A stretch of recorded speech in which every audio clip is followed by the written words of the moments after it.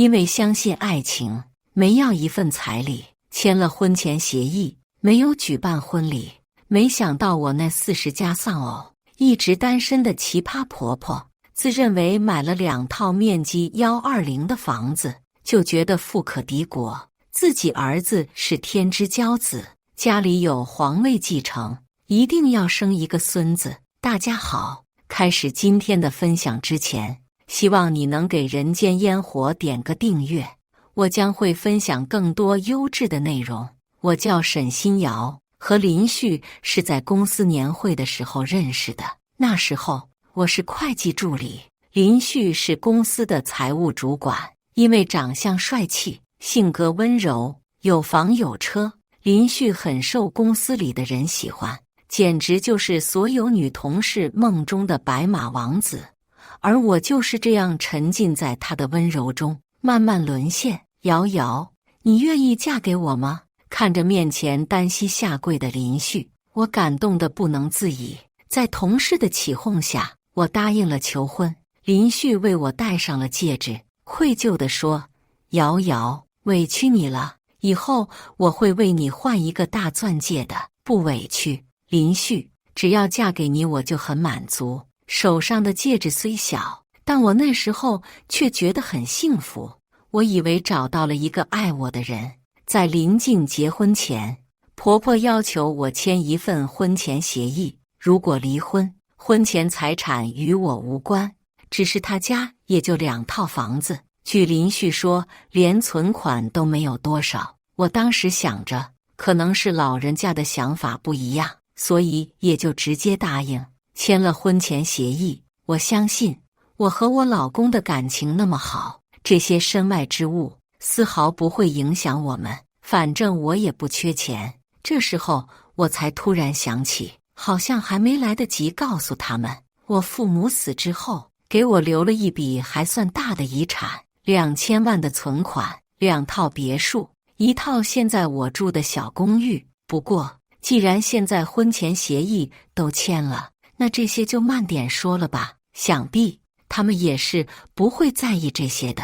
瑶瑶，对不起，我妈也是为了我们好，想让我们自己努力，才会让你签这份协议的。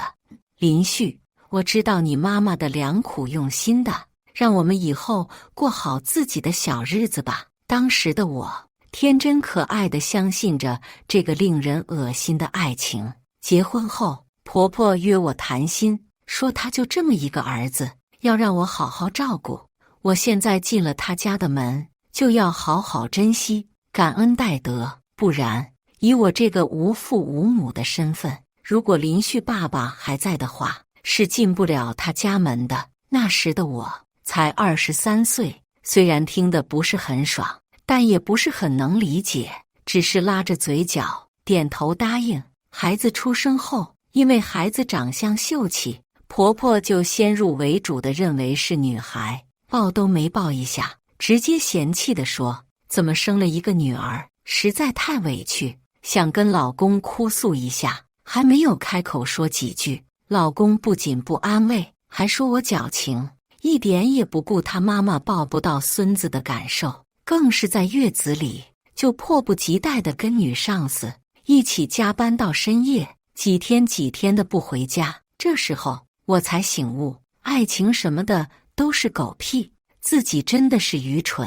瑶瑶啊，今天我带你去我朋友那边检查呀。妈，我一直有固定医院孕检的，孕检也是一路绿灯，没必要换医生的。今天不是检查宝宝健不健康，最主要看一下宝宝的性别，这样就不会准备错衣服了。好的，妈妈，你等我收拾一下。看着出租车经过的风景，心里却总觉得有点不得劲。看着婆婆在电话里跟她的医生朋友沟通的时候，感觉有点略显谄媚。瑶瑶，都约好了，等会直接去就行了。看着婆婆一脸笑意的脸，我只得点点头，希望是我多想了。平时对我不冷不热的婆婆，今天却对我格外的热情，帮我拿包，给我拿水，给我递东西。人若反常必有鬼，事出反常必有妖。既然难得的对我这么好，我就难得的享受一下好了。瑶瑶，妈妈的朋友让我们等10分钟进去，我们先坐一会。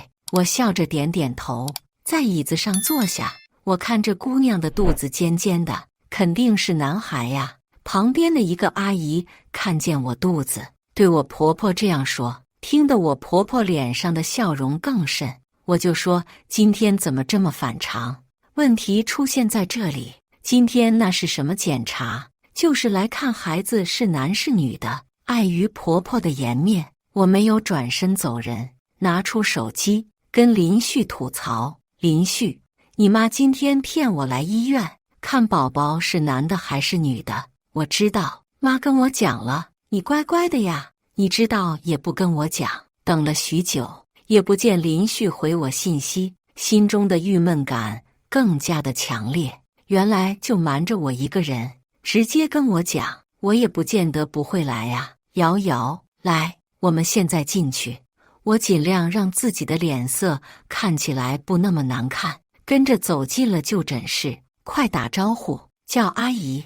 婆婆热情地拉着我走到医生的旁边，看着她飞速地塞了一个红包给那个医生。阿姨好，今天麻烦你了。不麻烦，我跟你妈妈是朋友吗？别人我可不这样啊。朋友，我看是塑料姐妹情吧。认命地躺在做 B 超的床上，看着医生在那里皱着眉头。这孩子是背对着的，就是不转过来呀，看不到孩子性别。不是，你再仔细看看，以你的经验，觉得这是男孩女孩呀？看着婆婆着急的样子，我直接把头转开，眼不见为净。你先把衣服拉下来，我跟你婆婆说2句啊。我拉下衣服，看着这对塑料姐妹花在角落里面讲着悄悄话，看着我婆婆越来越难看的脸色，估计医生说的话不是她想听的。走了，回家了。果然，来的时候背包、拿水，全方位照顾。现在是完全不理我，只管自己一个人出去。我也没有舔着脸凑上去，只是安静地跟在后面，不想因为我让林旭难做。瑶瑶，刚刚医生说你肚子是女孩，你不要生了，这个就不要了。妈，你在说什么呢？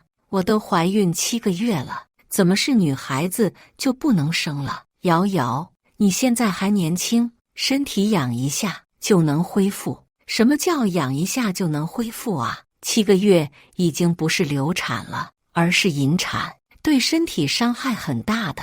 先不说伤不伤害身体，我就不明白了。宝宝是女孩子，怎么了？现在都什么年代了，我怎么也没想到。我本来以为婆婆只是有点不开心，回到家坐都没坐下，就跟我讲不要把孩子生下来。瑶瑶，我们家就林旭一根独苗，是要传宗接代的，肯定是要生孙子的。看着婆婆理直气壮的样子，把我给气笑了。怎么着？你们家是有皇位要继承啊？还必须是孙子？看来是我平时脾气太好了，所以觉着我好欺负。我平时不吭声，只是不想林旭夹在中间难过，没想到却被认为是好欺负。你怎么说话呢？我是长辈，你知不知道？你让我打掉孩子，林旭知道吗？我是他妈，他当然是支持我的。过度的生气让我的肚子有一股疼痛感传来，克制住自己的情绪，坐在沙发上让自己逐渐的冷静，直接打开微信发信息让林旭回家。林旭，你妈让我把孩子打掉，这件事情你知道吗？看着林旭呆愣的表情，我心里已经清楚他不知道这件事情。瑶瑶，你先躺一会，我去跟我妈说一下。看着林旭走出房间，我的心里不知道怎么的，并没有半点轻松的感觉。过了半小时，林旭回到了房间，只是他的表情确实很心虚。那什么，瑶瑶，刚刚妈也跟我说了情况，她也是为了我们好。林旭，你在说什么？为我们好，就是让我怀孕7个月做引产，就因为是个女孩。这一瞬间，我对林旭的失望达到了顶峰，眼泪也止不住地落下。瑶瑶，你别哭啊，你看你还年轻，到时候做好手术，在家好好休养，很快就会恢复的。听着这一样的说辞，果然是母子啊。林旭，你也赞同你妈妈的话，要打掉这个孩子吗？林旭慢慢地坐到我身边，抱着我，说着最让我寒心的话。瑶瑶，我妈就是想抱一个孙子，我们作为儿女的，难道不应该满足一下她的愿望吗？我直接推开了林旭的手，现在的林旭只能让我感到彻底的心寒。我想安静一会，你能出去一下吗？林旭立马站起来走出房间，让我在房间好好考虑，不再抬头看那令人恶心的脸。我直接起来关上了房间的门，拿起手机，我最终给我的朋友发了一条微信：小鱼，你能来我家接我一下吗？我想我应该离开这个家一段时间，好好思考一下当初是怎么脑子被驴踢了，嫁给了林旭。收到小鱼的回信，我就拿出箱子，收拾了衣物，就坐在床上等着小鱼来接我。听到外面开门的声音，我知道是小鱼来了，直接站起身，拉着行李开门走了出去。瑶瑶，你拿着行李干嘛呀？看着林旭疑惑的眼神，我直接走到了小鱼的旁边。我想去小鱼那住几天，不是你说的吗？要好好考虑一下。说完，就拉着小鱼直接走了出去。直到坐到了车上，小鱼才开口问我到底怎么了。他们让我做引产，就因为医生说是个女孩。他们疯了吧？你月份都这么大了，很伤身体的，而且都什么年代了？林旭也同意吗？可能是看见了小鱼，我的情绪彻底的崩塌，趴在了他的肩上大哭起来。等我的哭泣声止住，小鱼才拿纸巾给我擦干了脸上的泪水。林旭竟然说我年纪轻，孩子打掉，身子也很快就会养好。真的是应了那句话，对方是人是鬼，结了婚生孩子后就知道了。瑶瑶，别伤心，你还有我，你做什么决定我都支持你。看着小鱼，我心里无比的庆幸，虽然我的父母过世了，但是我还有这么好的朋友在身边。等吃好晚饭，回到小鱼的住处，已经是晚上10点多。瑶瑶，我客房已经收拾出来了，你赶紧去休息，一天的折腾已经使我精疲力尽，直接去到房间，直接睡下休息了。等我醒来，外面的天已经大亮，打开房门，就看到小鱼在把早餐端上桌。瑶瑶，你醒啦，快过来吃早饭。我们真是心有灵犀呀，连吃早饭的时间都那么一样。看着小鱼俏皮地耍着可爱，努力地逗我开心，我露出了这几天以来最真心的笑容。那是，我们是好朋友吗？当然有默契了。许是看到我的笑容，小鱼明显地松了一口气，心情的放松和朋友的陪伴让我的胃口大开，直接喝了2碗粥。瑶瑶，等会我带你出去逛逛，别一天到晚的闷在家里，吃的撑着的我，整个人瘫坐在椅子上，点点头，站在商场前面，看着眼前的高楼。我感觉我好像已经很久没有来过了。结婚后，我好像一直在围着林旭转，想着怎么讨好婆婆，照顾林旭，完全没有了自己的生活。瑶瑶，你怎么不动啊？走啊，我们进去逛逛。看着小鱼疑惑的眼神，我转过身面对她。小鱼，我爸过世前一直说，做人要低调，不能因为有点小钱而忘本。但我现在觉得这句话不一定对。瑶瑶，你没有跟林旭讲过，你其实是个有钱人的事情吗？我点点头，以为小鱼会一脸的震惊和不赞同，没想到他却笑得非常开心。太好了，我还以为你恋爱脑的，什么都跟林旭讲呢。现在轮到我一脸震惊地看着小鱼。好吧，我承认，我有点看不惯林旭，但是看你当时那么幸福，我也就没多说什么。听着小鱼的话，我才想起，在结婚前，他好几次让我好好考虑。那时候的我，只是因为他不舍得我。那如果我告诉你，当时结婚我还签了一份婚前协议，你会不会更加震惊？签什么婚前协议？怕你抢他那2套蚂蚁大的房子吗？看着小鱼震惊的脸，我耸耸肩，这什么人家呀？今天什么都不要想，我们去买，放松一下。跟着小鱼走进商场，看着眼前的各色店铺，我和小鱼对看了一眼，直接杀了进去。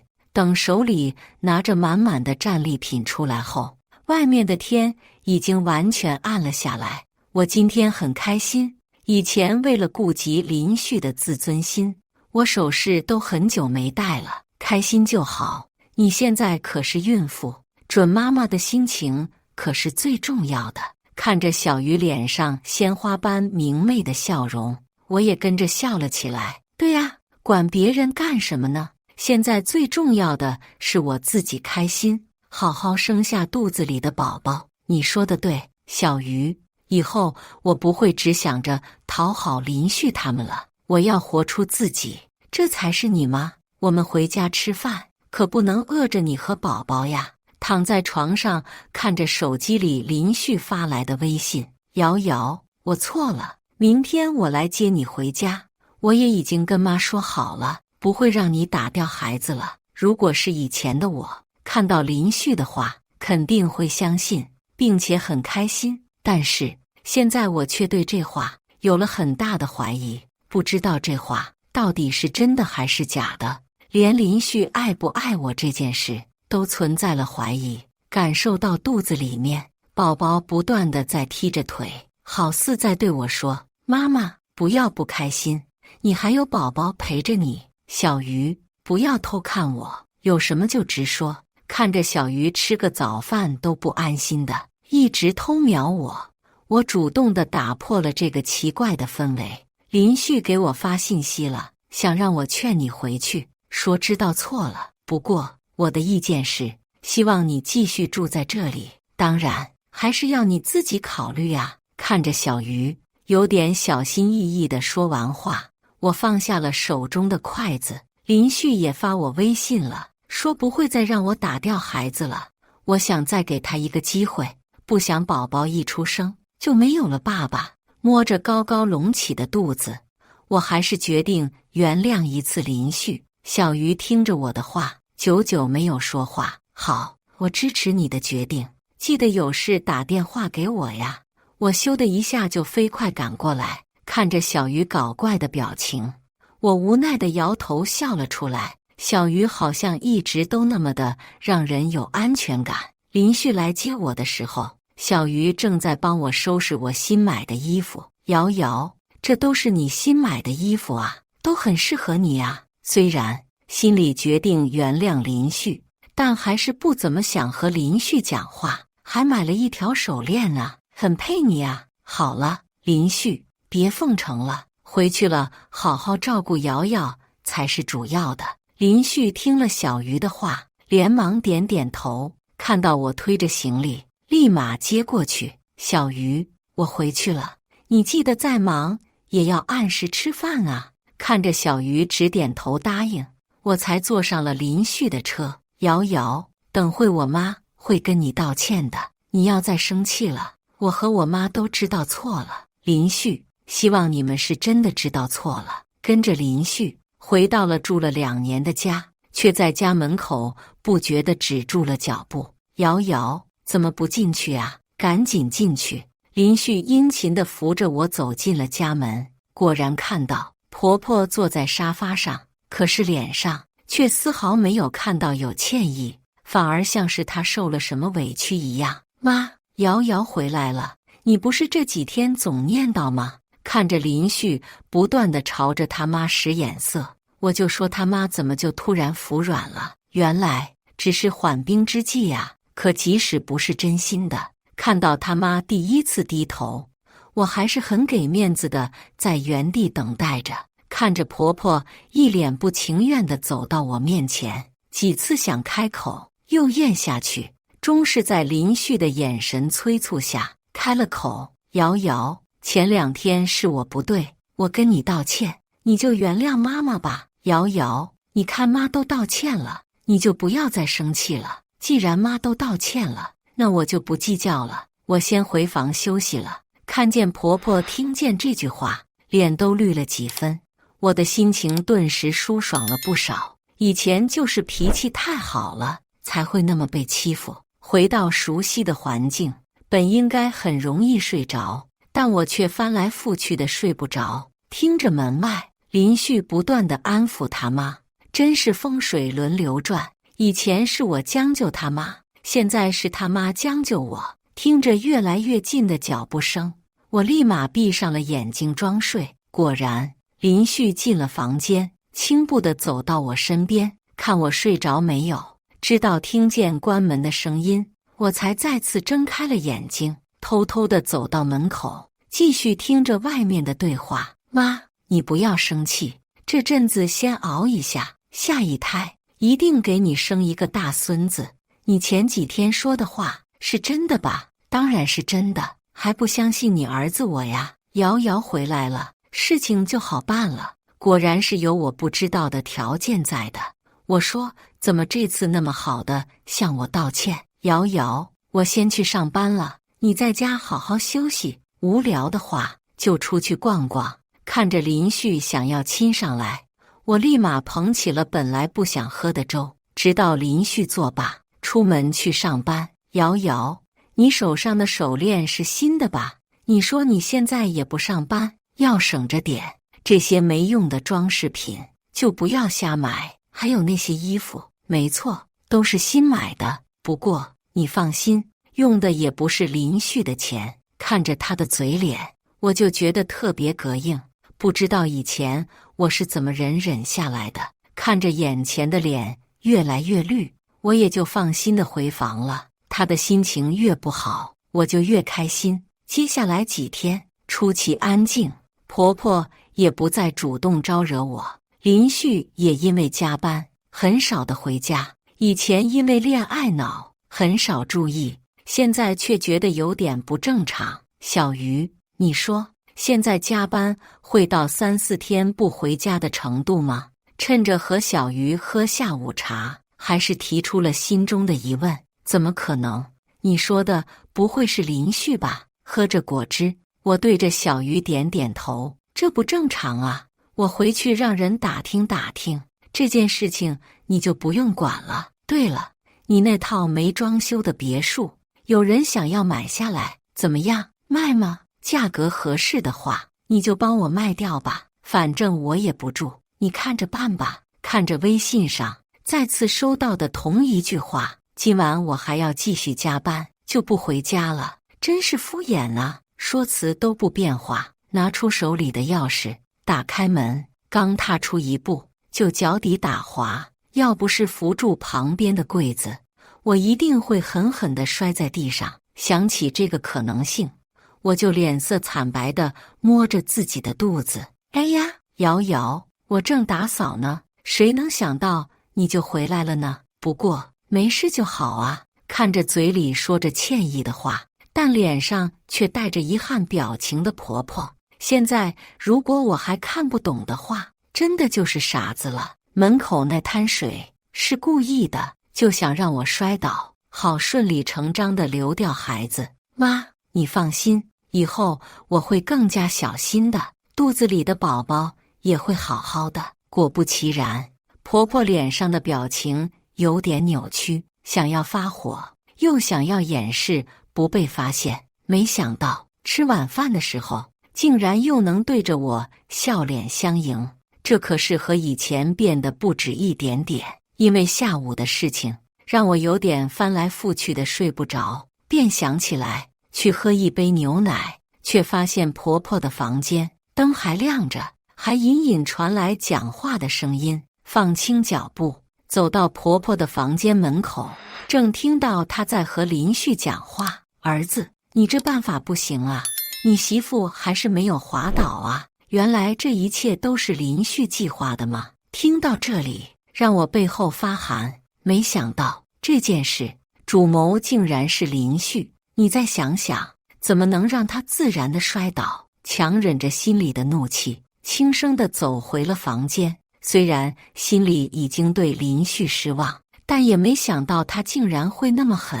看来这个家是不能再继续待了，离婚也要好好正式考虑了。小鱼，你帮我买2个摄像头，我找机会来拿。好，正好下次给你看一下，我拍到了一些有趣的东西呢。听着房间外不间断的敲门声，本就睡得不是很好，一下子就被惊醒了。打开房门就看见了婆婆一脸笑意地站在门口。瑶瑶啊，今晚我要出去和老朋友聚餐，我晚饭已经准备好了，你自己记得吃啊。我强忍着不耐烦，点点头，看着婆婆打扮得花枝招展的，异常快乐地出了门。老朋友聚餐是假，会见老情人才是真吧。手机铃声在床边传来，是小鱼的电话。瑶瑶，要不要出来吃晚饭？今天有点累，不太想出去，我就一个人随便吃点好了。你一个人吗？那我带上吃的去找你，等我半小时啊。感觉到小鱼欢快地挂断了电话，我心情也变好了不少。好久没和小鱼一起吃饭了，真是让人期待啊。索性也就不再回房间，坐在沙发上等着小鱼。听着传来敲门声，我迫不及待地去给小鱼开门。小鱼，你终于来了，好香啊！香吧？我都是买的你爱吃的。我去拿碗筷，光闻着那香味，就让我迫不及待地想去厨房，脚步都加快了不少。你慢点，瑶瑶，别摔着了。不会的，放心。刚说完话，就觉得脚底打滑，一下整个人摔倒在地上。瑶瑶，你怎么样？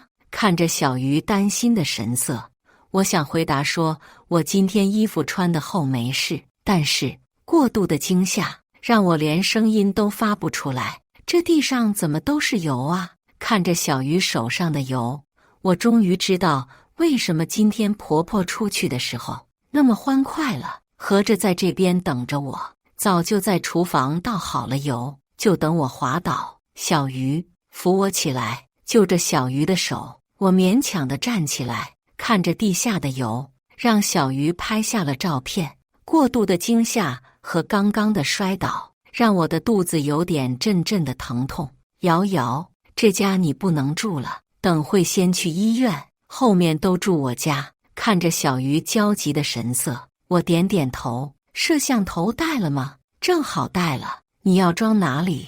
装好我们就走。房间和客厅。半小时后，带着行李，发了一张照片给林旭，我直接离开了那里。经过检查，孕妇没事，只是受到了一点惊吓，这几天需要静养一下。谢谢医生。经过医生检查没事，小鱼才放心的直接载我回了家。瑶瑶，今晚你先和我一起住，明天我就把隔壁收拾出来，你先休息，我等会还要出去一下。看着小鱼愤然的眼神，我乖乖地点点头。差点忘了，小鱼可是有仇必报的呀。林旭估计会有点小惨，白天的惊吓让我一下就睡着了。再次醒来，外面已经大亮，太阳都已经升起了。小鱼整个人蜷缩在沙发上，沉沉的睡着。桌上放着几张林旭和2个不同女人的亲密照片。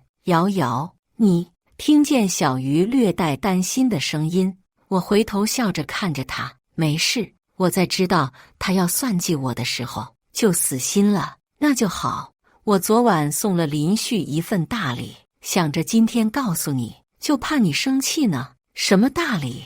边说边把包子拿给小鱼，等着他的下文。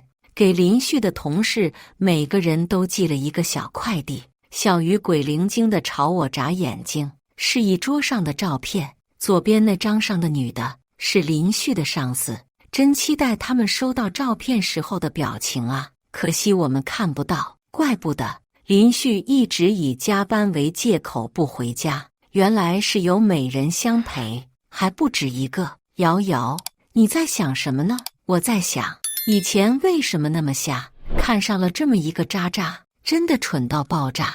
怎么就认为那时候林旭是真心爱我的？现在醒悟也不迟啊。接下来你准备怎么办？我可不觉得你就这么罢休，跟林旭离婚呢？当然不会就这么便宜他了。你今天的照片就当开胃菜吧，以牛奶代酒，和小鱼庆祝着这个小小的胜利。在不断挂断林旭电话后，林旭带着他妈找到了小鱼家。瑶瑶，上次厨房地面上的油真的不是故意的，我们也不知道怎么地上有油的。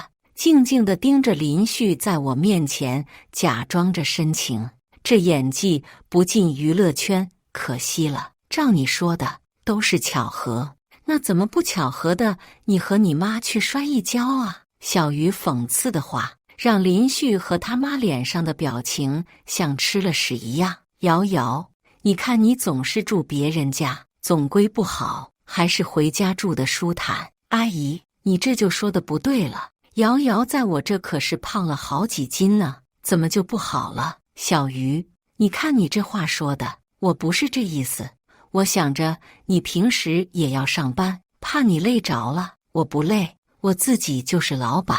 在瑶瑶生之前，我就准备在家不去上班了。看着笑得越来越僵硬的林旭，我拉住小鱼的手，让他不要再说了。我不会回去的，我怕我还没生就先死在你家了。我不是傻子，不会接受你刚刚那个蹩脚的解释的。我直接打断了林旭的话，微笑着送林旭和他妈走到门口，直接关了门。哇，这林旭脸皮怎么这么厚的，竟然还有脸让你回家？看来那照片对他没有影响啊，所以他们是母子啊，一模一样。这次直到我生产之前都没有来找过我。小鱼，我觉得我应该要生了。看着小鱼紧张地收拾东西，连鞋子都穿错了，我抓紧她的手，因为弯不下身子，只能把鞋子踢到她脚边。别紧张，慢慢来。在去的路上，小鱼想着林旭和他妈总是孩子父亲和奶奶，给他们打了电话，没想到林旭却说在外地出差，暂时回不来。林旭他妈也是说在外地旅游，真是出奇的一致，都不在家。瑶瑶，我就在外面等着你。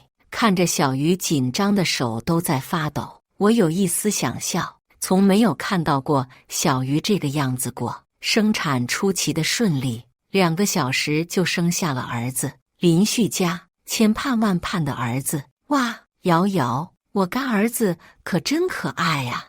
你这句话已经讲了1000万遍了，看这么多天还不腻呀？没想到女强人碰到小孩变得完全不一样了。不说这个，林旭他们竟然到现在都不来，真的太过分了。小鱼一脸的怒容，2只眼睛仿佛冒着火。无所谓他们来不来，等我出了月子就跟他们算算总账。在医院待的最后一天，林旭和他妈终于抽空过来看看我和他们的孙女。瑶瑶，对不起啊，我今天才回来，就立马和我妈赶来看你了。你妈也是今天回来吗？还是不认识医院的路啊？我作为媳妇真是太失职了，不知道去接一下。哈哈哈，不说这些，我看看我女儿。看着林旭尴尬的打哈哈，他妈越来越绿的脸，我觉得我这个月子会非常的好。林旭，你是先知啊，知道生的是女儿。小鱼讥笑地看着林旭这个死渣男，不是孕前做过检查吗？而且长那么秀气好看，肯定是闺女呀，不愧是我女儿，长那么好看。妈，你说是吧？长得很好看，憋出这句夸奖可真是不容易呀，白眼都快翻上天了。我接下来还要出差，妈这阵子有点感冒，你这个月子我去月子中心，记得钱转一下，一共5万，微信现在转吧。什么月子中心要这么多钱？就生了个丫头片子而已，用得着花这么多吗？林旭他妈听见这么多钱，一下就从椅子上跳起来。林旭的脸也异常的难看。林旭，难道你连5万块钱都不愿意为我付吗？不是，就是觉得有点贵，我们可以换一家，你说对吧？哎，本来想着刚刚知道我爸爸给我留了一个房子，想写我和你2个人名字呢，现在看来我要好好考虑一下了。看着林旭的表情逐渐有点僵硬，脸上的肉在隐隐的抽动，慢慢的对上我的眼睛。你说你爸留了一个房子，我为了我们俩的未来这么着想，你竟然连月子中心的钱都不想为我付。我趴在小鱼的身上，肩膀不停地抖动，发出轻轻的抽泣声。不是的，我立马转给你，你不要伤心，你们走吧，我暂时不想看见你们。林旭转好钱，拉着还在震惊的他妈，立马走出去了，就怕激怒我，一栋房子就没有了。直到他们走出很远，我才放声大笑。真是什么都没有钱的诱惑大呀！瑶瑶，你怎么突然跟林旭说这个呀？快说，你有什么打算？小鱼一脸看穿你的眼神，看着我。既然准备离婚了，总得把该给我的都给我。我这2年的青春可不是白白浪费的。他们家不是喜欢钱吗？那就用他们最爱的吊着，正好当宝宝的奶粉钱。哇哦，这才是我认识的瑶瑶吗？用得着我的地方，不要客气啊。回到了小鱼家，安抚好宝宝后，才想起来我在那个家里装了摄像头。看着电脑里的画面，我的心中升起一股说不上来的情绪，是恨，是怨，是不可置信。恨自己识人不清，怨自己这么晚才清醒，不可置信林旭竟然这么渣，公然的带女人回家，在客厅就迫不及待。我那个奇葩的婆婆一点也不意外，看到自己家里出现一个陌生女人，看来是早就知道了，是家里的常客。忍着恶心，继续的翻看着每天拍到的。你是我们林旭的朋友啊，长得可真好看呐，一看就知书达理，不像我那个媳妇。我哪有阿姨说的那么好啊？虽然我知道这样不好，但还是忍不住喜欢上了阿旭。阿姨，你能原谅我吗？哇，这绿茶真是绝了，知3当3，还说的他们才是真爱，我才是个外人一样，怎么会怪你呢？你也很内疚吧？我不会怪你的，真是难为你了。本来你是千金大小姐，肯定会有个跟你家世相当的丈夫，可现在为了我要躲躲藏藏的，原来是个有钱家的小姐啊，怪不得他妈那么舔。没有的，阿旭，只是现在我有个消息要告诉你们。看着绿茶娇羞的表情和摸着肚子的动作，原来是怀孕了呀，现在可精彩了呀。原配有即将继承的房产和有钱人家小姐的丈夫林旭，不知道你会怎么选呢？真是很期待呀。瑶瑶，你看什么呢？笑得这么的有点猥琐。听见猥琐，我立马赏了小鱼一个大白眼。我这么美丽，怎么会猥琐？你来看看这女的，帮我查查她。好，说真的，这林旭真是深藏不露啊，表面那么深情，内里却是渣透了。幸亏你发现的早啊。对了，一直忘了给你一样好东西了。看着小鱼贱兮兮的眼神，随即我的微信收到了一条视频，和摄像头拍到的一样的精彩呀。办公室婚外情，双向出轨呢。正看得入迷的时候，收到了林旭的微信。瑶瑶，那个名字什么时候去变更啊？我正要跟你说这个事情呢。律师跟我说，我爸留了遗嘱，说要我在单身的状态才能继承遗产，所以我们可能要先办下离婚。发出去不过1秒，就接到了林旭的电话，说要过来看我，正好面谈。过了1小时，林旭便带着一大堆小女孩的东西过来看我和女儿。瑶瑶，你看，我给我们女儿买了好多东西，多可爱呀！还有给你买了一根手链。看着林旭炫耀似的给我手链，这不是跟视频里那个绿茶那条一样的吗？你微信说的假离婚是什么意思啊？我爸遗嘱写明，必须单身才能继承，结婚就视为自动放弃。我眼含泪水地看着林旭，表现出自己的不舍。看着林旭渐渐坚定的眼神，我知道他相信了林旭。因为小鱼坚持，我就没去月子中心，等会我把钱转给你。但是这样我就没钱交遗产税了，本来就不够，遗产税还缺多少？房子评估下来是价值500万，各种税金算下来要30多万，我都不知道这钱怎么办，是不是应该放弃呢？怎么能放弃呢？我再转30万给你，下午就去办离婚。看着林旭一脸心急的样子，真是两边都不想放啊。房子和有钱人家的女婿，看着手里的离婚证和短信上收到的转账信息，心情无比舒爽。小鱼，我们把那个礼物送出去吧，让他们都一起欣赏一下，借由那女的老公出面，真是再合适不过了呢。瑶瑶，到现在你婆婆和你老公还以为你生的是个女孩，可不就是他们口中秀气的女孩子吗？不是，虽说他们来看没几次，但毕竟也在眼前换过尿布了，这么离谱吗？望着小鱼难以置信的眼神，我耸耸肩，就是这么离谱。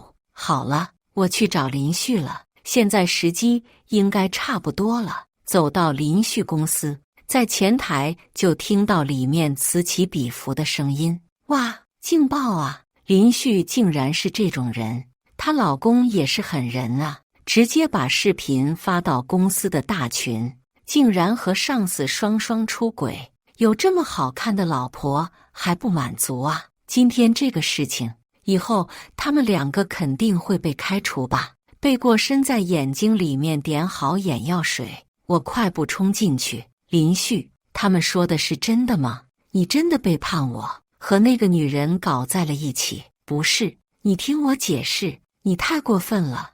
我为你那么辛苦的怀孕生子，你不仅嫌弃我生个女儿，还出轨，竟然还骗我，要在我爸爸房子上加你名字，你真是太过分了。眼睛里面实在憋不出眼泪，正好话也讲完了，我捂脸转身走出了公司，背后传来别人绵绵不绝的议论声。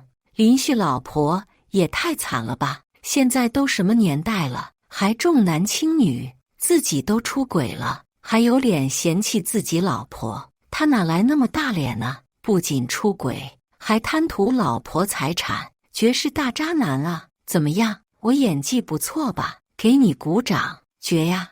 我看的差点忘记提前跑出来开车，坐在车上直接对林旭拉黑删除一条龙服务，回去抱上儿子，就和小鱼搬去了前阵子刚刚收拾好的家里。没想到林旭还挺厉害，竟然哄骗的那个大小姐在这个情况下还和他结婚。听到小鱼讲的消息，真的不得不感叹，渣男配绿茶，绝配啊！打听到他们的婚礼时间，买通了婚礼的播放视频的工作人员，直接把他们的视频和当时的3人对话当场播放，气得绿茶父亲直接不认这个女儿。林旭也被一脚踢出公司，在宝宝1岁半的时候，冤家路窄的在一处公园碰到了林旭母子，只是这不仔细看，还真认不出这母子。林旭现在完全是一副家庭主妇装扮，他妈看起来至少老了10岁，身上的衣服都是皱巴巴的，连表情都透露出一股苦相。他们过得那么不好，我就放心了。瑶瑶，我终于找到你了，你这1年都去哪了呀？看着林旭深情的脸，我抱着孩子挪后了半步。林旭，不要恶心我了，行吗？深情装给谁看啊？这阿姨手里抱的是你女儿吧？林旭尴尬地笑笑，说不出话。林旭他妈竟然也一句话都没有，看来被新儿媳折磨得不轻。这个，我可以抱抱我女儿吗？你女儿不是在你妈手里吗？林旭用手尴尬地指了指我怀里一脸懵懂的儿子。我没跟你们说过吗？我生的不是女儿，是儿子啊。那可能是我忘记了，生完孩子容易忘事。说完不再看他们的表情，直接俯身而去。听着后面林旭他妈崩溃的尖叫声，我捂住了儿子的耳朵。真是误会呀！全剧完。接下来是我们本期第2个故事。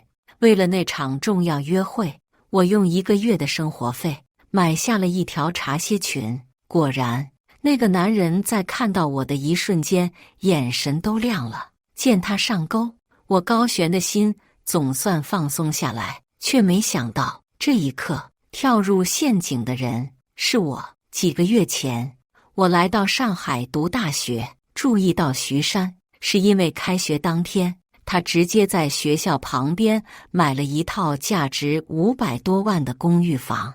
我观察发现，徐山的衣服和包包都是高端品牌，而且每日一换。显然，他是个货真价实的富二代。而他所在的那个圈子里的男生，就是我的目标。我决定想办法接近徐山。当时我们正在军训，徐山抱怨军训太累，吃不消。看着他叫苦连天的样子，我很快有了计划。那天晚上，我走到徐山身旁，主动挑起话头。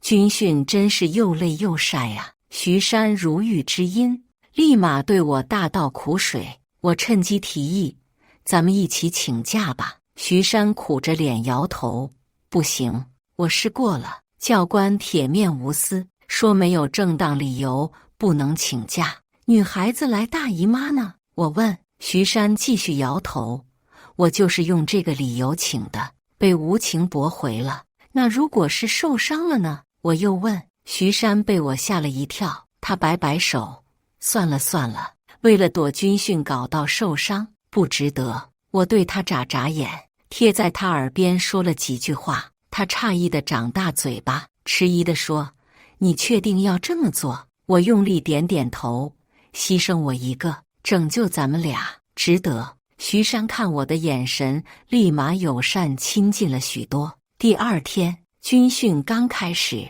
我整个人就往后仰倒了下去。教官被我吓了一跳，连忙上前问我怎么了。我咬着下唇，把右脚踝露出来给他看，脚踝肿得像个大馒头。教官让我赶紧回宿舍休息，但我自己根本连站都站不起来。教官提出找个男生背我回去，我脸色涨得通红，摆手表示拒绝。教官无奈，问我想怎么办。我略带羞涩地指着旁边的徐山问：“同学，能不能麻烦你扶我回去？”徐山一脸关切，连连点头。等我们俩回了宿舍，辅导员闻讯也赶过来看我。他看着我肿得老高的脚踝，当场给我开了假条。徐山皱着眉头看着那张只有我一个人名字的假条，我心领神会，挣扎着下了床。结果脚刚落地，人又摔倒了。导员赶紧去扶我。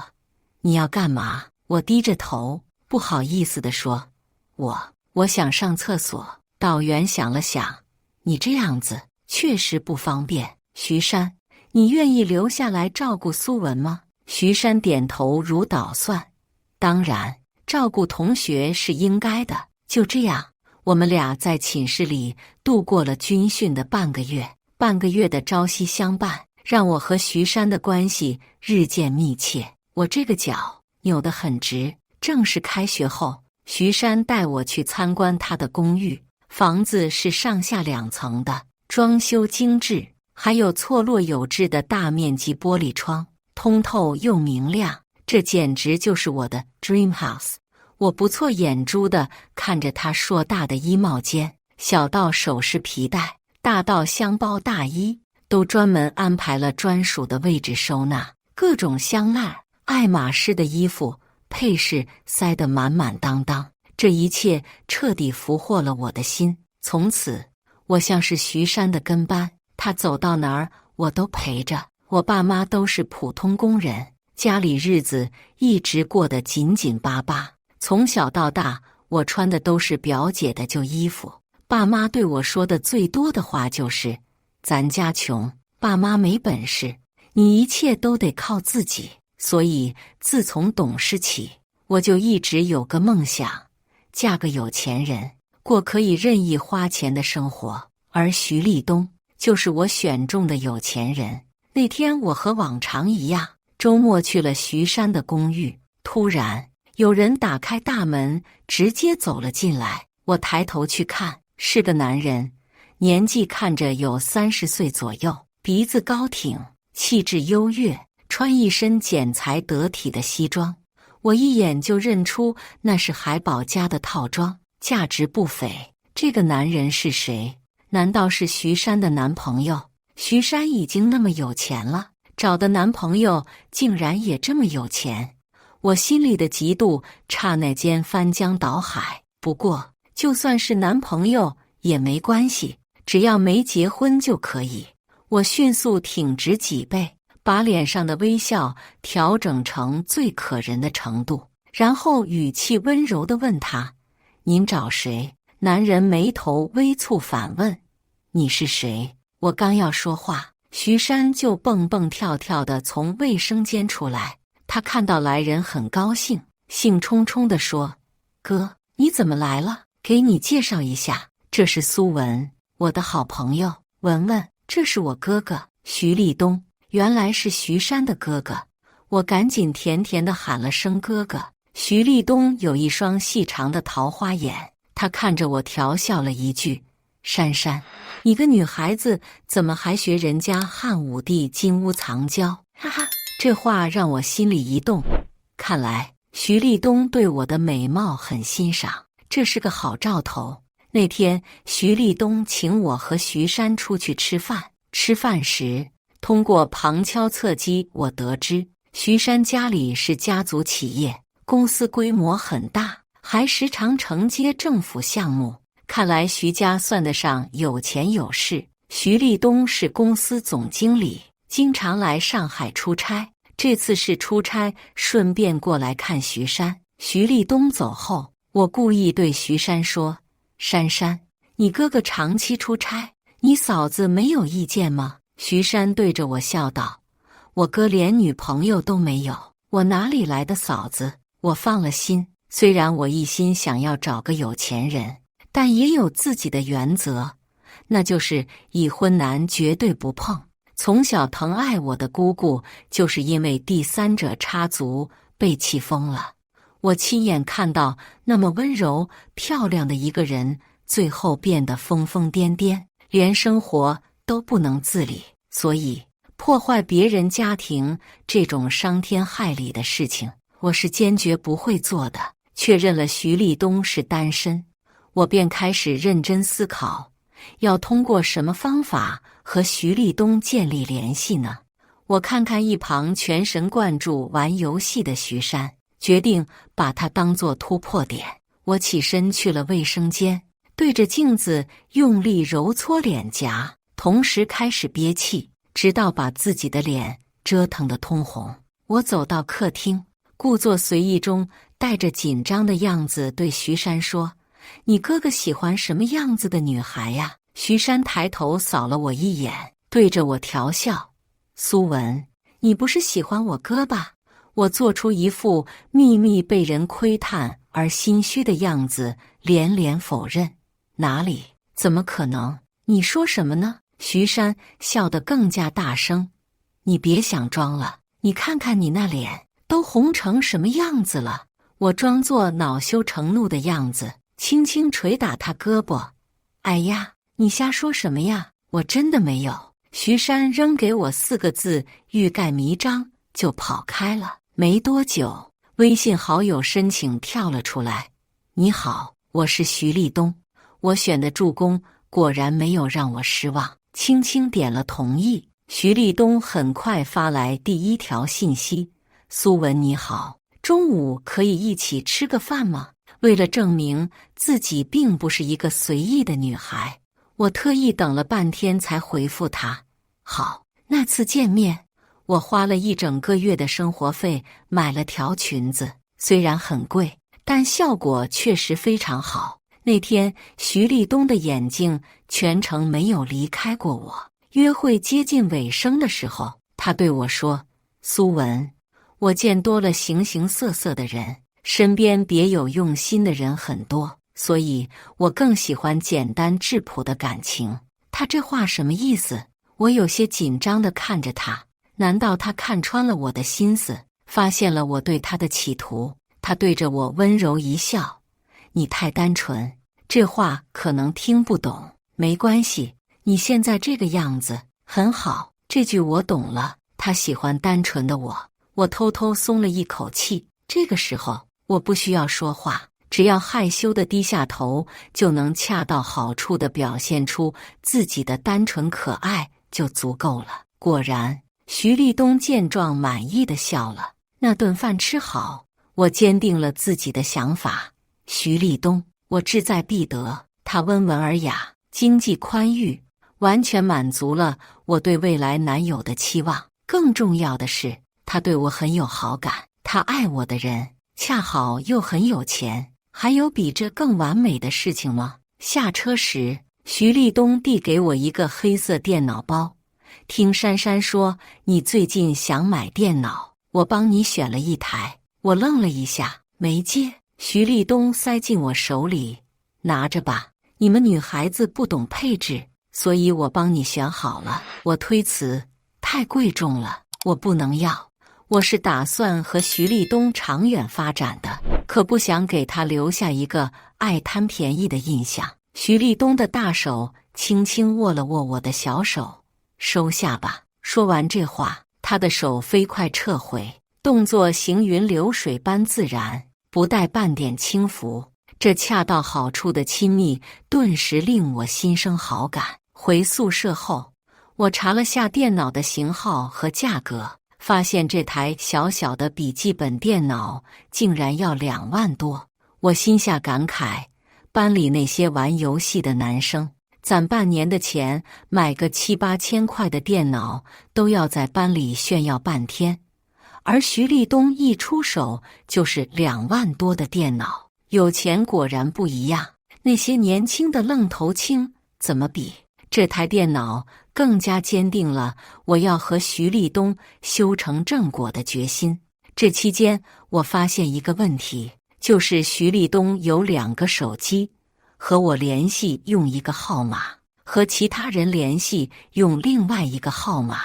我曾狐疑地问他为什么，他解释说他业务电话太多，怕错过了我的消息，所以特意申请了一个单独的私人号码，用来专线和我联系。徐立东很细心，还特意在专用手机上贴了我的名字。我相信了他的解释，根本没想到这背后隐藏着的巨大阴谋。又到周末，我和往常一样陪着徐珊去他的公寓，想着可能会和徐立东见面。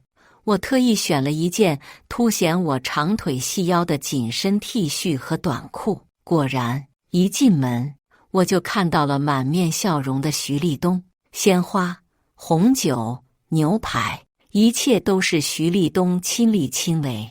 坐在餐桌前，置身花海中，我心里有股欢喜直冲到头顶。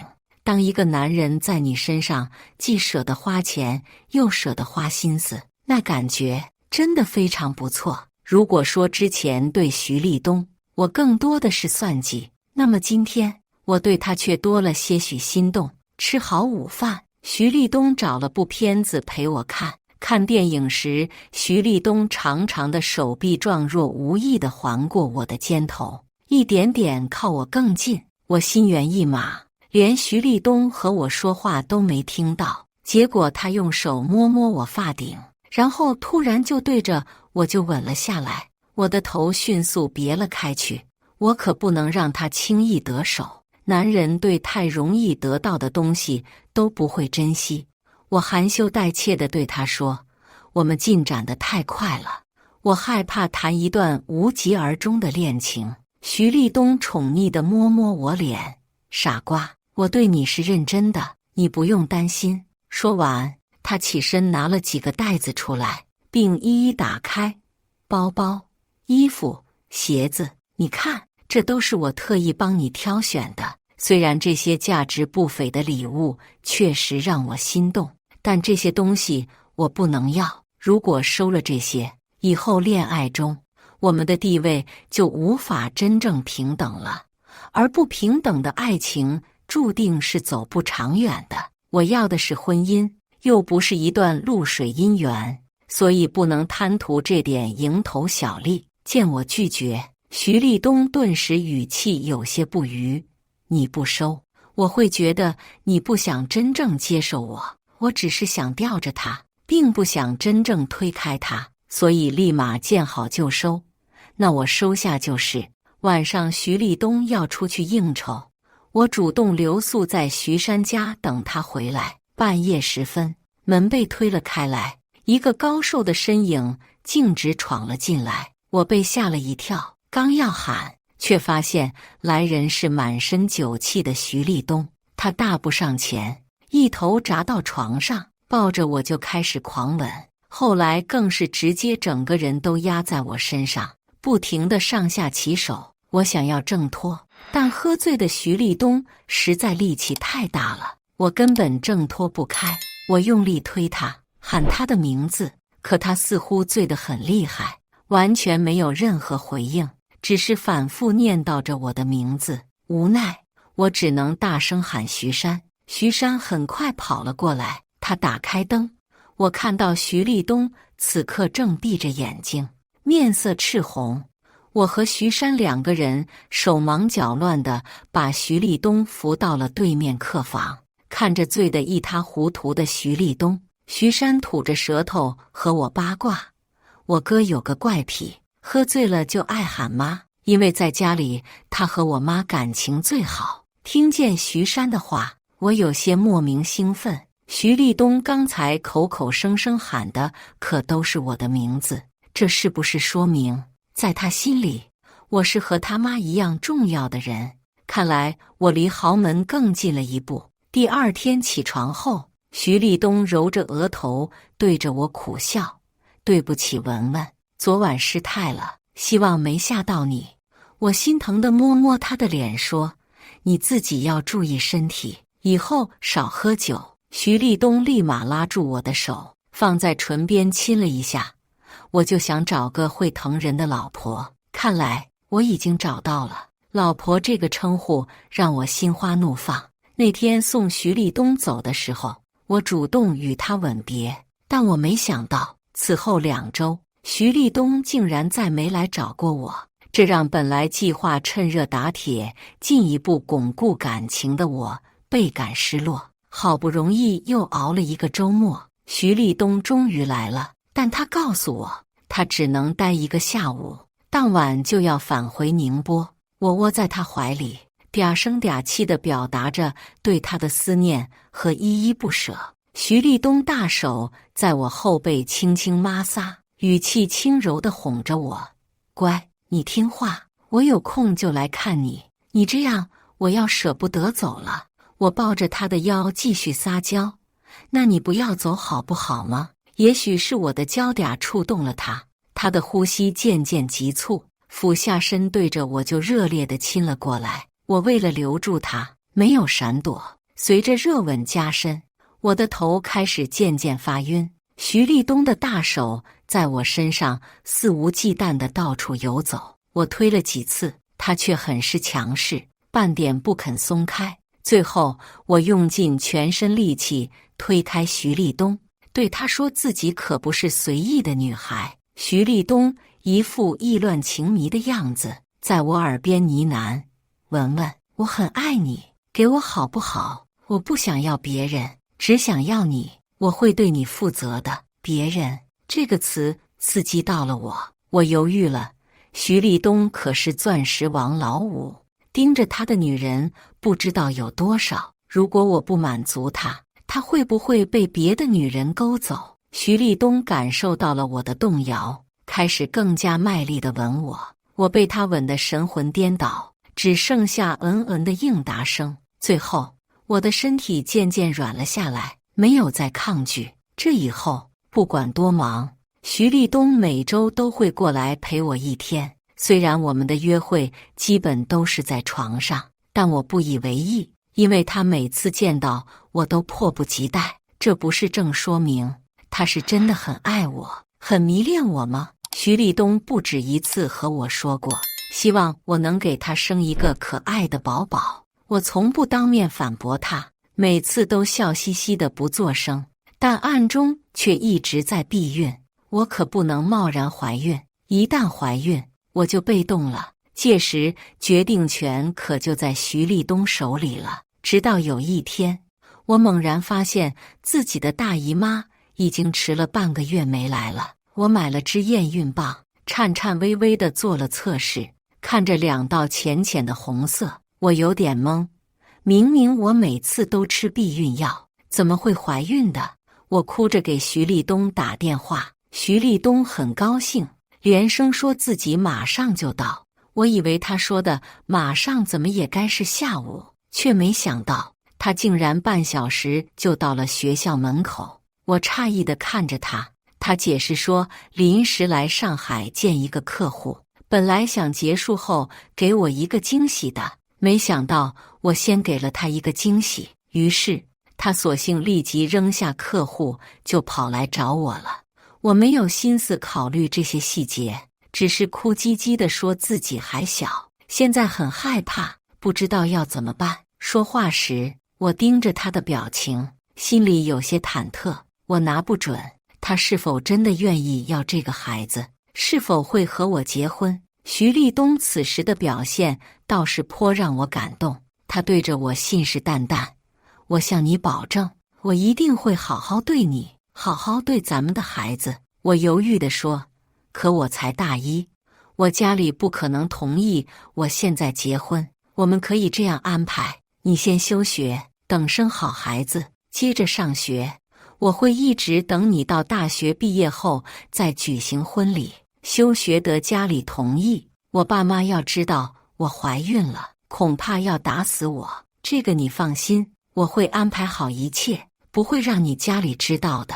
如果你家里不同意我们结婚呢？你放心，一切有我呢。等你过几个月，孕象安稳了，我就带你回家见我的父母。看着徐立东言之凿凿的样子，我终于安了心。徐立东当天就让我直接搬到徐山公寓去住，他还请了个保姆，专门照顾我的饮食起居。当晚我住在徐山家里，心里对未来生活充满了憧憬。我越想越兴奋，完全睡不着。最后决定起来去找徐立东说说话。徐立东住在我房间对面的客房，怕惊扰到徐山，我蹑手蹑脚地走到了徐立东门口。刚走到门口，我就听到徐立东在和什么人聊天，他语气温柔地称呼对方为宝贝。我心里咯噔一下，宝贝。我将耳朵趴在门口，想听得更仔细点，结果下一句让我更懵。好的，宝贝儿子说的话，爸爸当然要听。爸爸明天过去看你，宝贝儿子。我眼前一黑，人差点摔倒。徐立东结婚了，还有儿子，那我算什么？小三、二奶、婚外恋。我再也按捺不住，用力推开门，大步走了进去。徐立东看到我，似乎吃了一惊，他赶紧飞快地挂断电话。我用手指着他，又气又急，语调都不稳。你结婚了，为什么还要来招惹我？徐立东神色镇定，他上前想要抱我。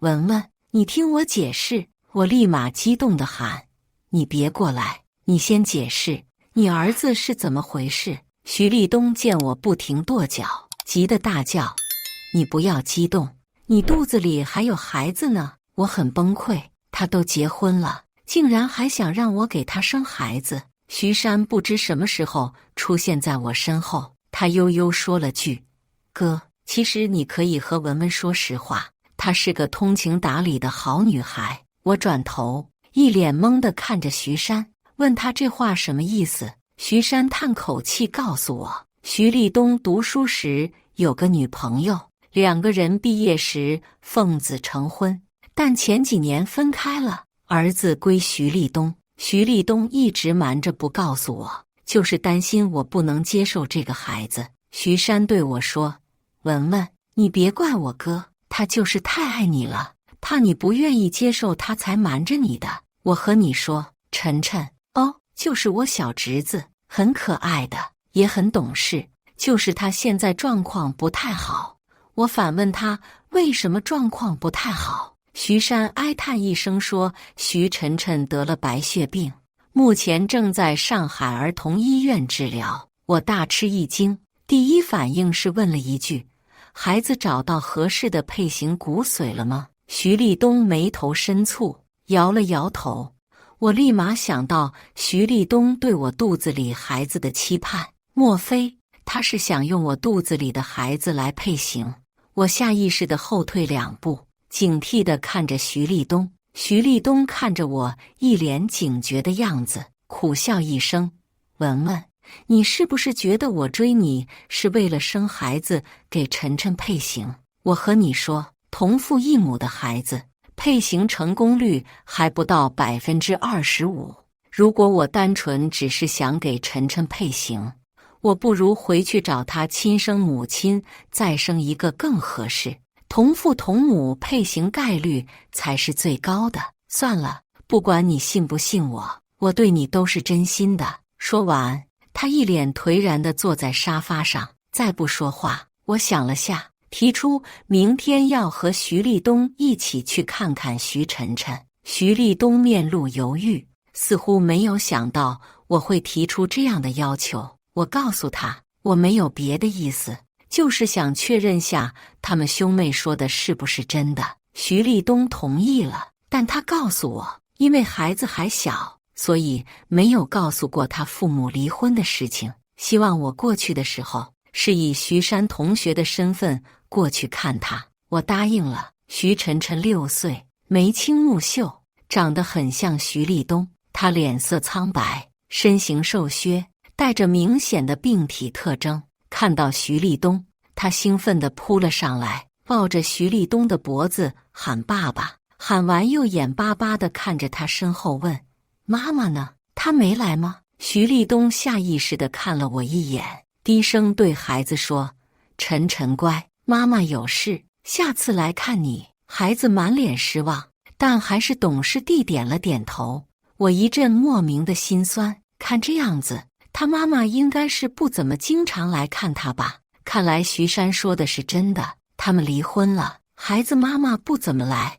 我笑着对徐晨晨伸出手说：“晨晨你好，我是苏文。”徐晨晨疑惑地看着我，徐山连忙说：“晨晨，阿姨是姑姑的同学，特意来看你的。”徐晨晨立马转了笑脸和我打招呼：“姐姐好。”徐山问他为什么喊姐姐，应该喊阿姨。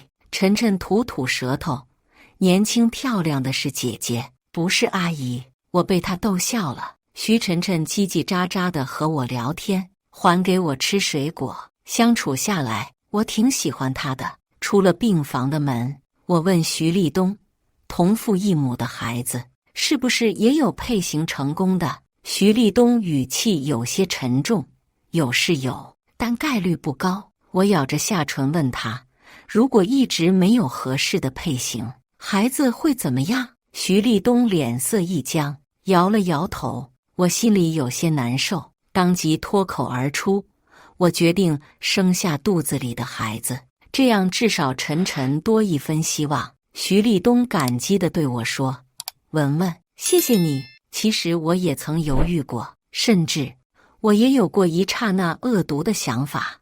如果徐晨晨没有了，那么我肚子里的孩子可就是徐家唯一的继承人。但这样的想法一出现，连我自己都忍不住打寒战。我承认自己贪财、绿茶、虚荣，但我绝不能让自己彻底变成没有底线和原则的恶人。也许多年以后，我会懊悔自己现在的感情用事，但至少那一刻，我是发自肺腑的为自己有可能挽救一条幼小的生命而激动不已。我开始安心在徐山的公寓里养胎。徐立东真的很忙，他几乎没有时间来陪我。日常我去医院检查，都只能保姆陪着，但他在经济方面对我非常大方，每个月给我5万块，还给了我一张信用卡，让我随便刷。我终于和徐山一样，过上了任意买的日子。那天产检完以后，我去逛街，陪我的保姆家里突发急事，匆忙先行走了。我一个人逛到玩具店时，突然想起了晨晨。徐立东很忙，他妈妈也不去看他，日常都是保姆陪着他。我便买了一个玩具，准备过去看看他。在医院门口，我竟然远远看到了徐立东的车。他来上海了，为什么没有告诉我呢？正纳闷间，我很快又发现他车上还有一个人，2个人前后下了车。我此时才看清，那是个年轻女人，个子不高，身形瘦小。女人下车后很自然地挽着他的胳膊，2个人并排慢慢走着。我心里莫名一阵发慌，背上也渗出一层冷汗，总感觉有什么大事要发生。这是以前从没有过的感觉。我决定跟着徐立东他们过去看看。徐立东和女人往晨晨病房的方向走去。晨晨的病房在4楼，为了避免迎面撞见，我决定不坐电梯，走楼梯。刚走到4楼拐角处时，我就听到了一阵女人压抑的哭泣声，紧接着是男人的安抚声：“老婆，不要哭了，你每次来都这样，我都不敢让你来了，我就是担心咱们儿子。老公，晨晨一定会没事的，对吗？”女人抽抽噎噎的回话。我躲在墙后，探出头去看，果然是徐立东和那个女人。此刻，徐立东正将她紧紧地抱在怀里，低声安抚着：“一定会没事的，你放心，都怪我没用，身体这么差，不能怀孕，不然我们再生一个孩子，晨晨早就好了，不要再自责了。我们不是已经想好办法了吗？现在一切都很顺利，只是要再等等。”女人语气焦灼，显然有些不信。可是昨天李主任说，如果还找不到合适的配型，晨晨他……徐立东飞快打断了他：“你相信我，那么多孩子一定会有一个能配得上的。我来想想哈，下个月就是李芳的预产期，再1个月就是刘艳的预产期。哦，我差点忘了，下个月陈芬也是预产期。还有个好消息，珊珊那个同学，叫苏文的那个，她也怀上了，已经2个月了。我最近又找了一个前会，也是大一新生。这些女孩身体干净健康，很容易怀孕，你放心，总有一个能配上的。立东，你说那些女孩如果知道了，会不会告我们呢？”女人声音低颤，徐立东的声音冰冷残酷：“告？凭什么告我们？我们又没违法。他们是自愿和我恋爱，自愿怀孕的。他们既不是代孕，我也没有和他们公开同居，算不上重婚。他们能以什么理由来告我？要不是代孕违法，我何必花心思和这些女人纠缠不清？老婆，只有一点，我希望你心里以后不要有芥蒂才好。”“怎么会呢？我知道你这么做都是为了咱们儿子。”“是的，一切都是为了晨晨。同父异母的配型概率实在太低，我不敢冒险只压注在一个人身上，所以只能尽量多找几个女人，总归多一个孩子就多一分希望。我相信我们晨晨一定好起来的。”这对话简直让我如坠冰窟，我肚子一阵阵抽疼，头脑一片空白，整个人耳鸣眼黑。我想喊救命，却发现自己在极度震惊和愤怒之下，竟然失语了。我瘫倒在地上，脑子里嗡嗡作响。我竟然是徐立东选中的孕母，他找我只是为了生个孩子给他儿子做配型，而且我还不是他唯一选中的，只是他众多孕母中的一个。我自以为聪明，费尽心思引起徐立东的注意，却不知道原来自己才是早就被算计好的那一个。我悲从中来，万念俱灰，我浑浑噩噩地回了徐山的公寓。他惊讶地问我脸色怎么这么苍白。想到今天听到的一切，我恨不能马上质问他为什么要帮着他哥哥害我。但我知道现在还不能打草惊蛇，如果他们知道我已经了解了实情，万一丧心病狂对我非法囚禁，我可就真的没有任何退路了。我强打精神应付他。今天逛街太累了，徐山不疑有他，连声嘱咐我好好休息。回了房，我突然想到什么，我把以前买的避孕药全部倒了出来，仔细地看了半天，我终于发现其中有几个药片乍一看和避孕药外观很像，但认真看就会发现还是有细微的差别。原来我的避孕药早就被人调过包了。我怀孕不是意外，是徐立东处心积虑的结果。我心里一阵阵发冷，原来我和徐立东在一起，处处都是他算计好的。躺在床上，我努力让自己镇定下来，思考以后该怎么办。孩子是肯定不能要了，但我要怎么做呢？徐立东对这个孩子志在必得，他们家有权有势，如果我贸然去打掉孩子，我不知道他会怎么对付我。如果我不撕破这层面具，他会不会缠着我继续让我怀孕？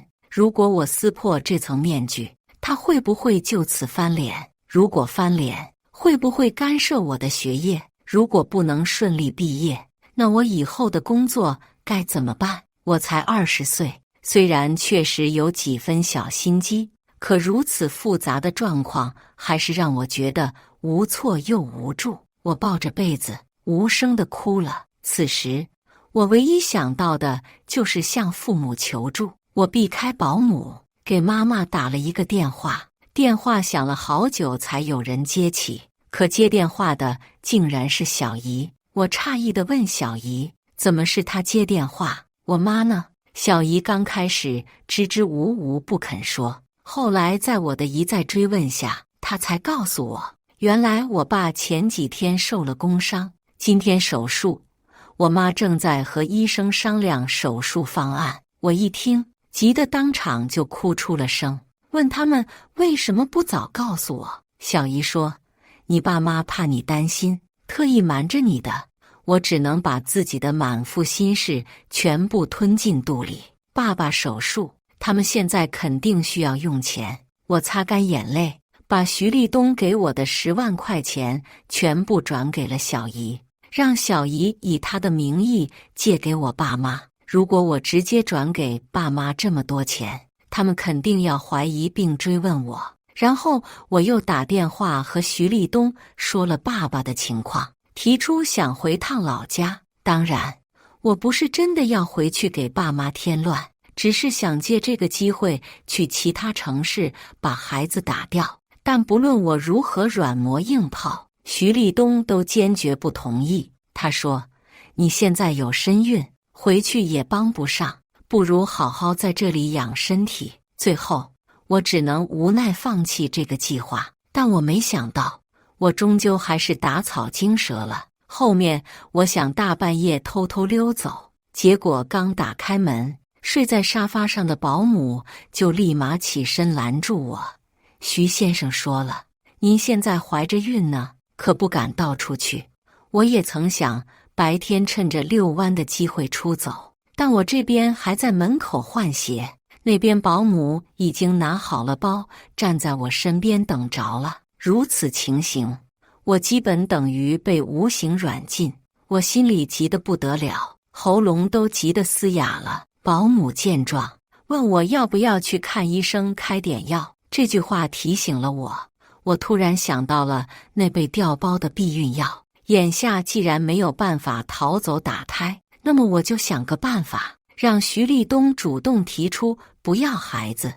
我晚上特意把空调温度开得低低的，没有盖被子。第二天我便如愿感冒发烧了。保姆很着急，要给徐立东打电话。我制止了他，说徐立东很忙，不要麻烦他，我自己买点药吃就好了。保姆不敢让我随便吃药，我装作认同的样子说，孕妇还是不吃药为好。然后我让他下楼去帮我买点维生素。我告诉他，补充点维生素感冒好得快。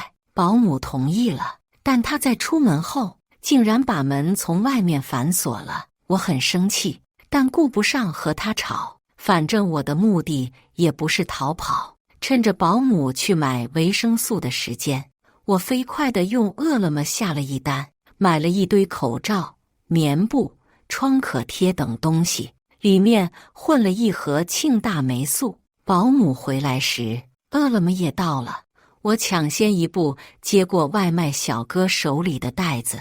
保姆探头探脑地看我手里的袋子，我装作随意的样子，飞快地打开给他看了一眼，说买了点日用品。保姆这才转身进了厨房。我学着那个被调包的避孕药的样子，把庆大霉素混在维生素里面吃了2天。感冒好了以后，我主动提出去做产检。产检时，我又故意告诉医生，前几天喉咙有炎症，吃了庆大霉素。医生听了，立马严肃地告诉我，庆大霉素有很大隐患，会导致胎儿畸形，希望我赶紧和家人协商后续如何处理。我装作惊慌失措的样子，当场就给徐立东打了电话，哭着告诉他，医生说孩子不能要了。徐立东很快赶来了医院，他先是神情紧张地和医生沟通了几句，然后避开我开始打电话。等他打完电话，面色轻松了许多。他扶着我说，我问过权威医生了，问题不大，你别担心，回家好好休息。我的心彻底凉了。我原本还抱着一丝奢望，徐立东对我肚子里的孩子，多少总会有一点感情吧。如今看来，他恐怕是半点感情也没有。他不顾孩子可能畸形，也还是要哄我生下来。估计是因为咨询过医生，畸形也不影响配型。他还真是彻彻底底把孩子当成了工具人。至于庆大霉素怎么来的，徐立东没有多问，但他当天就换了保姆，同时还没收了我的手机和身份证。拿走手机的理由是手机有辐射，对胎儿不好。身份证则说他要拿去帮我办一些学校的手续。我抗议不肯，但他已经完全不是昔日好爱人的样子，直接板着脸，强行拿走了他想要的东西。他甚至还在家里安装了很多摄像头，除了大门口和卫生间，几乎没有监控死角。新换的保姆面相严苛，身材粗壮，少言寡语，24小时贴身陪着我。我晚上睡觉时，保姆和衣躺在地上陪着我。我上厕所时，保姆就站在门口，不管我如何发火，保姆就一句话，徐先生怕你出意外，特意嘱咐我陪着你。我被徐立东拘禁了，我必须想办法自救。我走不出家门，没有手机，没有身份证，身边还有一个24小时贴身陪伴的保姆。看起来我似乎完全没有任何求救的机会，但我心里告诉自己，越是这种情况，越不能慌乱，一定要冷静。我每天按时吃饭，保证体力，静静地寻找自救的时机。那天保姆炖的鱼汤让我一阵反胃，看着保姆蹲在地上收拾我的呕吐物，我一下有了计划。那天中午、晚上我吃什么吐什么，只把自己吐得面色惨白，虚弱无力。保姆吓坏了，给徐立东打电话说了我的情况。我听到徐立东告诉他，不管想什么办法，一定要让我吃饭。保姆小心翼翼地问我想吃什么，我知道保姆只会做中餐，就故意说自己想吃比萨和烤鸡翅。果然，保姆为难地说自己不会做。我对他说：“那我们出去吃好了。”保姆连连摆手，说：“徐先生不让出去。”我做出退让的态度。好，那你给我叫外卖吧。保姆迟疑了一下，又给徐立东打电话汇报，得到徐立东的允许，他才开始给我点外卖。叫比萨的时候，我以担心再吐，所以想多点几个口味都试试为由，故意叫了很多很多东西，最后还多加了2份玉米浓汤。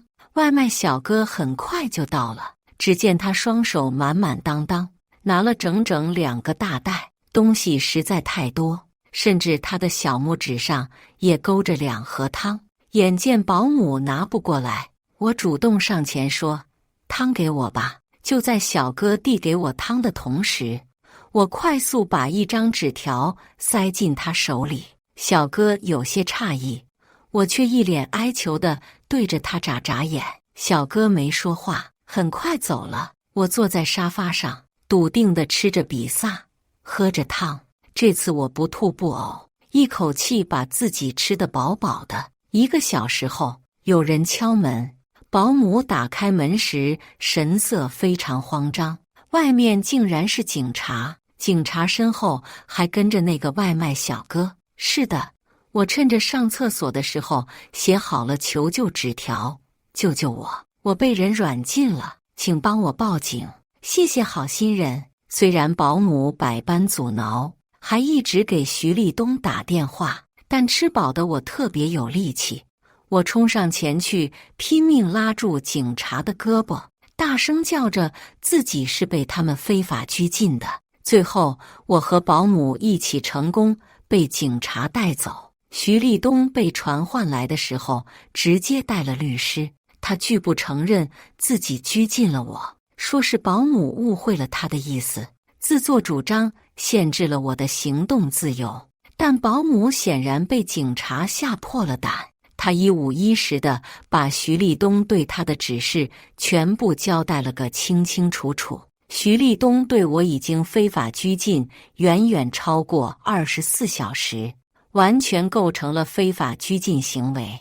警察当场就予以立案。虽然我恨他恨到咬牙切齿，但他确实没有对我做出任何捆绑、殴打、侮辱的行为。所以，警察经过调查取证，认定徐立东是非法限制他人人身自由，但尚不构成刑事犯罪。最后，徐立东被判处15日拘留。尘埃落定的那一刻，我大大松了一口气。但我没想到，徐立东的老婆竟然会来找我。她居高临下地看着我，神色冷漠，语气嚣张：“留下你肚子里的孩子。我会给你50万。”那一刻，我真心觉得他又好笑又可怜。我毫不犹豫地拒绝了他。徐立东老婆的语气变得异常凶狠：“我警告你，别做让自己后悔的事。我有办法会让你再也没办法复学，希望你不要自毁前程。”我知道徐立东夫妇有这个本事，也确实说得出就做得到。毕竟一个能想到通过找孕母来拯救自己孩子的人是没有道德底线的。但我心里一点也不害怕。警察告诉我，你越退缩，坏人越猖狂。我态度强硬地告诉徐立东老婆，孩子我是一定要打掉的，如果他再来骚扰我，我一定会再次报警。徐立东老婆最后一脸狼狈地走了。我给小姨电话，说自己出了点事情，让他来陪陪我，还特意嘱咐他不要告诉我爸妈。我没想到最后来的人竟然是妈妈。原来我打电话给小姨时，妈妈正好在旁边听到了。我妈担心我出了事，她很着急，把爸爸拜托给小姨，亲自来了上海。了解事情的真相之后，妈妈没有任何责怪我的意思，反而第一时间带我去医院做了流产手术。医院里，妈妈拉着我手哭了，文文，是爸妈不好，对你关心不够，都不知道你经历了这么多事。大学虽然重要，但你更重要。如果你担心害怕，咱们就退学，不上了。我不知道妈妈说出这话是下了多大的决心。在我们小镇上，几乎人人都知道老苏家的女儿有出息，考上了上海的重点大学。这是几个月前有多光耀门楣，那么现在带我回去就有多丢脸。爸爸也打来电话，他告诉我，没有什么比我女儿的安全健康和快乐更重要。把你一个人留在上海，我们也不放心。他甚至对我说，如果你还想继续在上海读书，就让妈妈现在辞职，留在上海陪你。看着妈妈花白的头发，我的眼泪再也忍不住了。很快，我心里就有了一个新的决定，我要重新开始，我要退学，重回高中，再努力拼一把。明年我要考北京的大学，那本来也是我心中最初的梦想。父母很支持我的决定。回到小镇，病床上的爸爸握着我的手，对我说，人一时的迷失不可怕，只要能及时清醒就好。是啊，在上海这几个月，我确实迷失了自己，幸亏现在明白还不晚。虽然我为此付出了惨痛的代价，我换了手机号，徐立东再也没联系到我。没多久，网上出现一个帖子，讲的是一个男人为救自己的孩子，到处欺骗女大学生怀孕的恶劣行径。帖子上没有指名道姓，男主的姓氏、工作单位、身份等关键信息也都做了巧妙的处理。对于熟悉他的人来说，看到这些信息基本就能立即猜出他是谁。因为男主道德实在败坏，故事情节也很离奇，所以帖子瞬间火遍某乎。我看到有人在下面回复，我怎么感觉自己也是其中之一的受骗者呀？看着影响越来越大，我心里总算有些安慰。但愿这个帖子能多拯救几个女孩，让她们不要像我一样被骗。以上就是今天分享的故事。